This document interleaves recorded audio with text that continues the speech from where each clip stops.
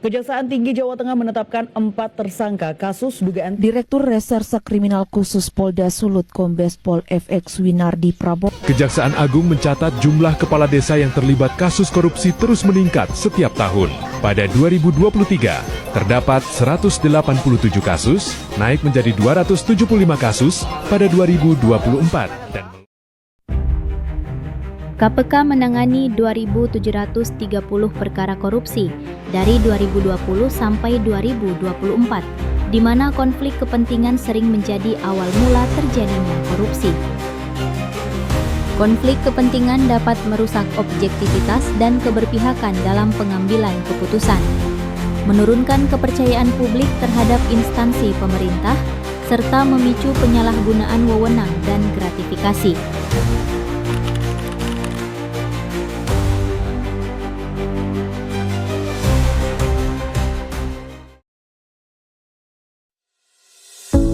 Pengelolaan konflik kepentingan di lingkungan ASN, membangun budaya integritas dan profesionalisme menuju tata kelola pemerintahan yang bersih. Konflik kepentingan adalah kondisi di mana pejabat memiliki kepentingan pribadi untuk menguntungkan diri sendiri atau orang lain dalam penggunaan wewenang yang dapat mempengaruhi netralitas dan kualitas keputusan.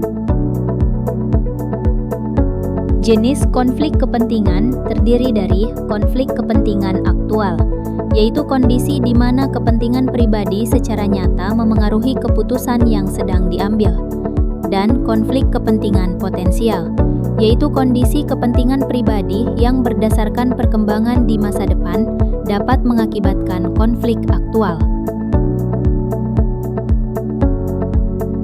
Sumber utama konflik kepentingan: kepentingan bisnis atau finansial seperti kepemilikan saham atau aset pada perusahaan yang diawasi, hubungan keluarga atau kerabat yang dapat menguntungkan keluarga, orang tua, pasangan, anak, menantu, dan lainnya, hubungan afiliasi, kedekatan dengan mantan atasan atau bawahan, teman sejawat, atau hubungan hutang budi.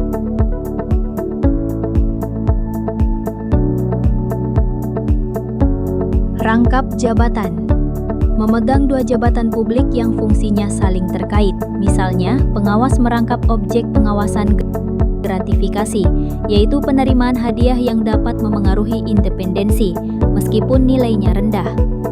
Pintu berputar, yaitu menggunakan pengaruh dari jabatan lama untuk keuntungan di tempat kerja baru. Pekerjaan sampingan seperti memiliki pekerjaan lain sebagai konsultan di bidang yang sama dengan tugas pokoknya. Semua jabatan memiliki risiko, namun sektor berikut memiliki risiko lebih besar. Pengadaan barang dan jasa (PBJ), manajemen SDM, promosi mutasi rekrutmen, perizinan dan sertifikasi, perencanaan dan pembuatan aturan, pengawasan dan audit. Strategi pengelolaan dan mitigasi. Pertama, identifikasi, yaitu kemampuan mengenali situasi konflik sejak awal. Kedua, deklarasi, yaitu wajib mengungkapkan kondisi konflik kepentingan kepada atasan atau pejabat. Ketiga, eksekusi, yaitu menarik diri dari proses pengambilan keputusan, menunjuk pihak lain untuk melakukan pengawasan tambahan, serta membatasi akses informasi sensitif bagi pejabat terkait. Internalisasi budaya integritas. Membangun lingkungan kerja yang sensitif terhadap konflik kepentingan melalui role model. Atasan memberikan contoh nyata perilaku berintegritas, bimbingan dan konsultasi, menyediakan sarana bagi ASN untuk berdiskusi mengenai situasi sulit yang dihadapi. Sosialisasi berkelanjutan, yaitu pelatihan seperti Latsar CPNS hingga pelatihan kepemimpinan tingkat tinggi. Mari bersama mewujudkan ASN yang profesional dan bebas dari korupsi melalui pengelolaan konflik kepentingan yang tepat. Ingat, konflik kepentingan adalah akar korupsi. Cegah sejak dini demi Indonesia yang bersih.